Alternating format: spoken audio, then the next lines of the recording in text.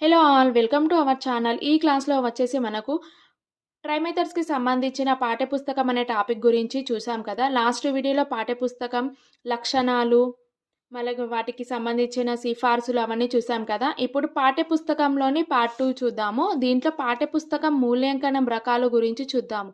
ఒక పాఠ్యపుస్తకం యొక్క సమర్థతను ఎలా నిర్ణయించాలి అనేది ఇచ్చిన పాఠ్య గ్రంథం సమర్థమైందా కాదా అని తెలియడానికి 2 మూల్యాంకన సాధనాలను చేశారు. పాఠ్యపుస్తకంలో ఎన్ని మూల్యాంకనాలు ఉన్నాయి అనంటే 2 మూల్యాంకన సాధనాలు ఉన్నాయి. ఈ వీడియో కనుక నచ్చితే ప్రతి ఒక్కరూ లైక్ చేయండి, షేర్ చేయండి, సబ్స్క్రైబ్ కూడా చేయండి. అలాగే కాంపిటీటివ్ ఎగ్జామ్‌కి ప్రిపేర్ అవుతున్న వారందరికీ ఈ వీడియోని షేర్ చేయండి. అలాగే ట్రై మెథడ్స్ మరియు మ్యాథ్స్, సైన్స్, సోషల్ ప్రతి ఒక్కటి మన ఛానల్‌లో ఉన్నాయి. అవేదో ప్రతి ఒక్కరూ చూడండి. అలాగే ఈ క్లాస్‌లోకొచ్చేసి పాఠ్యపుస్తకం మూల్యాంకనం గురించి చూసాం కదా! పాఠ్యపుస్తకం మూల్యాంకనంలో 2 మూల్యాంకన సాధనాలు ఉన్నాయని చెప్పాను గదా! వాటి ఒక్కొక్కటి గురించి ఇప్పుడు ఎక్స్‌ప్లెయిన్ చేస్తూ చూపిస్తానండి చూడండి. ఈ వీడియో కనుక నచ్చితే ప్రతి ఒక్కరూ లైక్ చేయండి. అలాగే సబ్స్క్రైబ్ కూడా చేయండి. అలాగే ఫస్ట్‌ది చూద్దాము. Hunter score card. Hunter score card ఏంటి?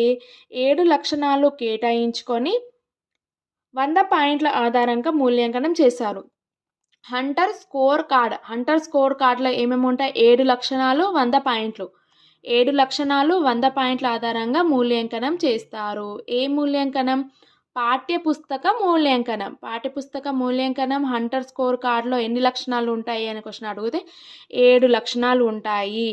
దీంట్లో 100 పాయింట్ల ఆధారంగా మూల్యాంకనం చేశారు. అలాగే చూద్దాం అవి ఏడేడు ఏమేమి ఉన్నాయి, ఎన్ని దానికి ఎన్ని పాయింట్స్ ఉన్నాయి, ఏ లక్షణానికి ఎన్ని పాయింట్స్ ఉన్నాయి చూద్దాం. పుస్తక రచయిత మరియు విద్యార్థుల వృత్తిలో గడిచిన అనుభవం.